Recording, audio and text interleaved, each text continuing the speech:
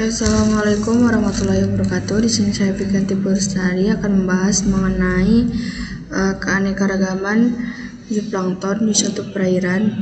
Jadi langsung saja yang pertama itu definisi. Zooplankton merupakan anggota plankton yang bersifat hewani, sangat beraneka ragam dan terdiri dari bermacam larva dan bentuk dewasa yang mewakili hampir seluruh filum hewan. Namun demikian, dari sudut ekologi hanya satu golongan zooplankton yang sangat penting, artinya yaitu subkelas Copepod atau kelas krustase, filum Arthropoda. Zooplankton dapat ditemukan mulai dari perairan pantai, perairan estuari, muara sungai, danau, laut dalam sampai di perairan samudra, dari wilayah perairan tropis hingga subtropis. Zooplankton dapat ditemukan pada semua kedalaman air karena memiliki kemampuan bergerak meskipun sangat lemah, sehingga dapat membantu zooplankton untuk bergerak naik dan turun. Dalam banyak spesies zooplankton, suatu pergerakan tegak adalah biasa serta berirama dan terjadi setiap hari. Bentuk yang berpindah ini hidup pada kedalaman tertentu selama siang hari dan naik ke permukaan menjelang malam,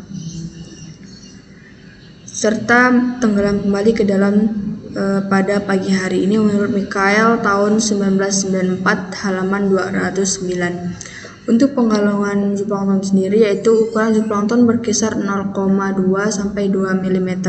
Tapi ada juga yang berukuran besar seperti misalnya ubur-ubur yang biasa berukuran sampai lebih dari 1 meter. Ini menurut Lonji tahun 2008 halaman 13. Zooplankton bersifat heterotrofik, yakni tidak dapat menghasilkan sendiri bahan organik makanannya, sehingga kelangsungan hidupnya sangat tergantung kepada fitoplankton yang menjadi bahan makanannya. Menurut Tonji tahun 2008 halaman 13. Kelompok yang paling umum ditemukan itu contoh zooplankton marga Copepod kalanoid. Ini digambar ada abjad masing-masing, itu sesuaikan namanya. Ada misalnya gambar yang A itu Calanus, B Rhincalanus, dan C Eucalanus, D Paracalanus, dan seterusnya. Ini menurut Yamaji tahun 1979 dalam Nonji tahun 2008 halaman 133. Penggolongan berdasarkan ukuran. Berdasarkan ukurannya menurut Siebert DKK dalam Nonji tahun 2008 halaman 16-18 mengelompokkan plankton menjadi beberapa kelompok, yaitu sebagai berikut. Yang pertama yaitu megaplankton. Ini ukurannya dari 20 sampai 200 cm. Plankton yang termasuk ke dalam kelompok ini umumnya adalah ubur-ubur yang diameter payungnya biasa mencapai lebih dari 1 meter. Contohnya ubur-ubur Scyphomedusa. Yang kedua yaitu makroplankton, ukurannya dari 2 sampai 20 cm. Plankton yang termasuk ke dalam kelompok ini umumnya masih berupa larva. Contohnya adalah kelompok Eusapid, Sergestid, dan Pteropod.